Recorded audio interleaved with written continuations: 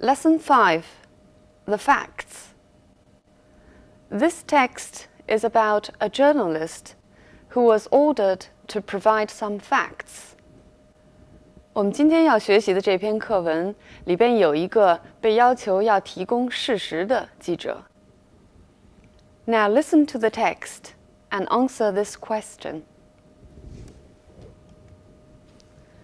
What was the consequence of the editor's insistence on facts and statistics? 编辑坚持索要事实和数据的结果是什么？ Editors of newspapers and magazines often go to extremes to provide their readers with unimportant facts and statistics. Last year, a journalist had been instructed by a well-known magazine to write an article on the President's palace in a new African republic.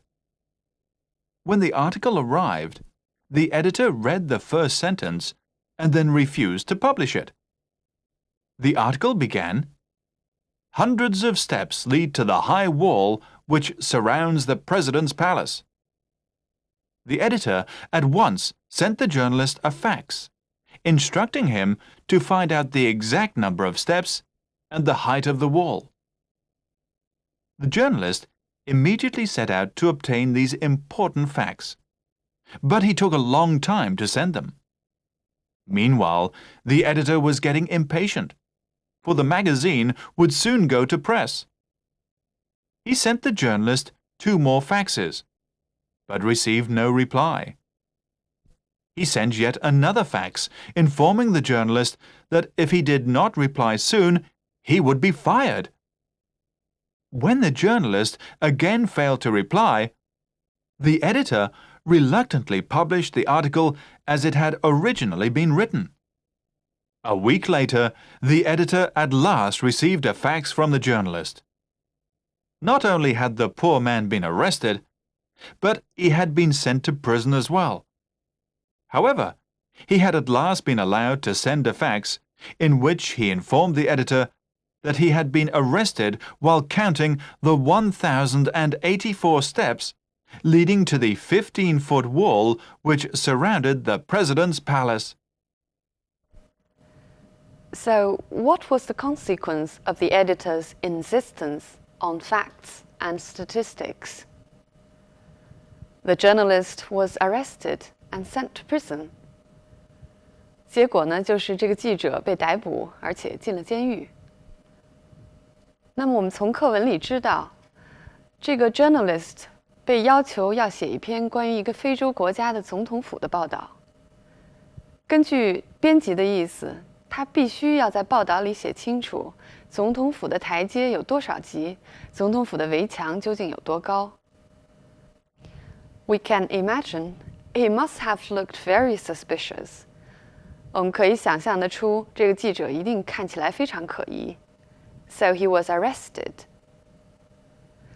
Now the editor has got the facts. 现在呢，这个编辑倒是拿到了他需要的事实，但是代价很大。The journalist was in prison. 这个时候，记者却进了监狱。All right, now we'll look at some language points in the text. Editors of newspapers and magazines often go to extremes to provide their readers with unimportant facts and statistics.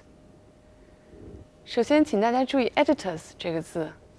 editor 是名词形式的编辑，它的形容词是 editorial， 但是 editorial 也可以做名词使用，那个时候它的意思是专题报道。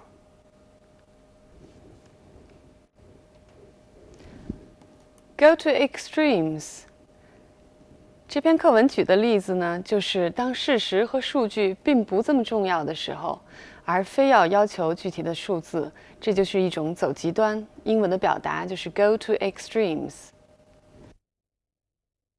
Go to extremes 还有另外的说法，就是 go from one extreme to the other， 或者 go to the opposite extreme. Last year, a journalist had been instructed by a well-known magazine to write an article on the President's Palace in a new African republic. Journalist 是记者，我们知道 reporter 也是记者的意思，但是 reporter 是比较宽泛的指所有的记者 ，journalist 尤其是指新闻记者。那么新闻业是 journalism. He had been instructed by a well-known magazine. Instructed means commanded or ordered. 它的意思呢，跟 command 或者 order 差不多，但是注意 command 和 order 强调上级对下级的一种命令，而 instruct 只是指一种指令。The President's Palace. The President 在这篇课文里头指的是这个非洲国家的总统。Now I'll give you some more examples. 比如说，我们可以说 The President of the United States 就是美国总统。President 在做总统使用的时候，它还可以用作一种称谓，比如 President Kennedy。但是如果我们说 The President of Harvard University， 这个时候 President 就是校长的意思。And when we say the President of General Motors， 这个时候 President 就是指 General Motors 公司的总裁。African Republic， Republic 共和国。一个国家的政体形式因为不同，它的名称也不同。中华人民共和国就是 The People's Republic of China， 简写形式是 PRC， 而英国的全称就是 The United Kingdom of Great Britain and Northern Ireland， 这里用的是 Kingdom 王国这个字，简称 UK。The article began, "Hundreds of steps lead to the high wall which surrounds the president's palace." Lead to 引向，这些台阶引向这个高墙。Lead to 还有另外一个意思，就是导致。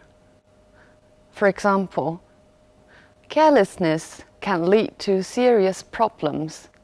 粗心大意可能导致严重的问题。The high wall which surrounds the president's palace. Surround 围绕、环绕。For example, the city is surrounded by hills. 这个城市四面环山。The journalist immediately set out to obtain these important facts, but he took a long time to set them. Set out 是一个固定的词组，是说为了达到某种目的而着手开始做什么事情。在课文里，它的意思就是这个记者为了得到这些重要的事实，马上开始着手准备。Set out 还有另外一层意思，就是出发。We can say set out for， for 的后边呢加上目的地。We can also say set out from， 那么 from 后边加上出发的地方。I'll give you two examples. Columbus set out from Europe in 1492， 就是哥伦布是1492年从欧洲出发的。Set out from. But look at this example. 但是这句话里 he set out to find the truth， 就是和我们课文里一样的意思，他开始着手准备发现真相。Obtain the facts. Obtain 的意思跟 get 差不多，但是 obtain 强调了要经过很多努力，花费很多时间才能得到的这层意思。Meanwhile, the editor was getting impatient, for the magazine would soon go to press. 我们来看一下 impatient 这个词的构成。耐心的是 patient， 那么 impatient 是由 patient 加上一个表示否定意思的前缀 im 构成的。用 im 这个前缀的词有很多，给大家2个例子。impossible 就是由 possible 加上 im 构成的，还有 imperfect。课文里还有一句话，里头用到了 unimportant 这个字。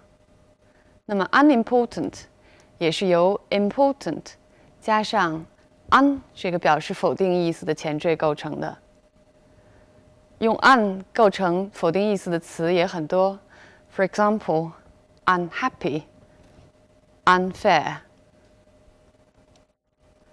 英文中表示否定的前缀除了 im 和 un 之外，还有其他的。I'll just give you a few examples. Incomplete， 这里 in 也是表示否定意思的前缀。Illegal， il 它也是表示否定。或者 irregular， 这里前缀是 ir。除此之外，英文中表示否定的前缀或者后缀还有很多，在这里就不一一列举了。The magazine would soon go to press. Go to press 是一个固定的词组，意思是交付印刷。Press 还有其他的意思。When we say Oxford University Press， 这个时候的 press 就是出版社、印刷业的意思。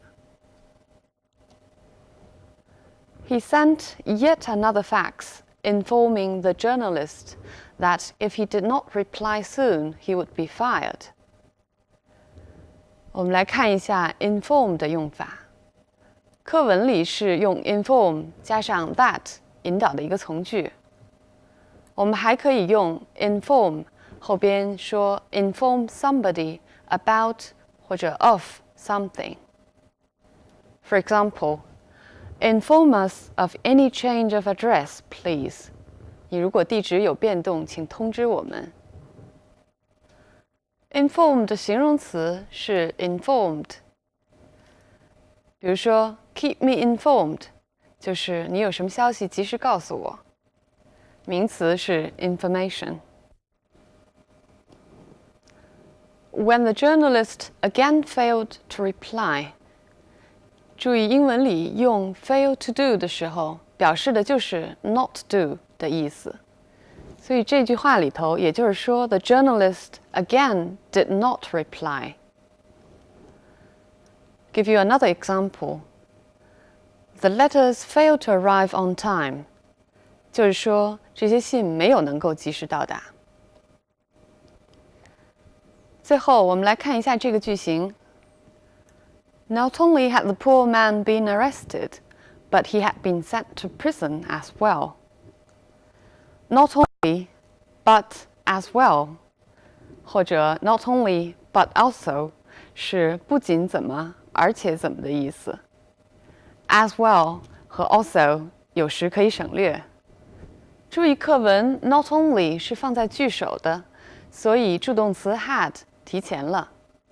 这句话的正常语序是 The poor man had not only been arrested, but he had been sent to prison as well. 同样，当我们说 It is not only legal, but it is also very popular， 把 not only 提前的时候 is 和 it 也要倒装，就变成 Not only is it legal, but it is also very popular。 再举一个例子 I not only heard it, but I saw it as well。 这句话如果我们要把 not only 放在句首的话，就要把助动词 did 提前倒装，变成 Not only did I hear it, but I saw it as well。 好，关于课文的语言点我们就讲到这儿。Now the text is entitled The Facts。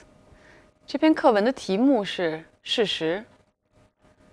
关于新闻报道的一个最基本的标准就是要公正客观 ，It should be factual, objective。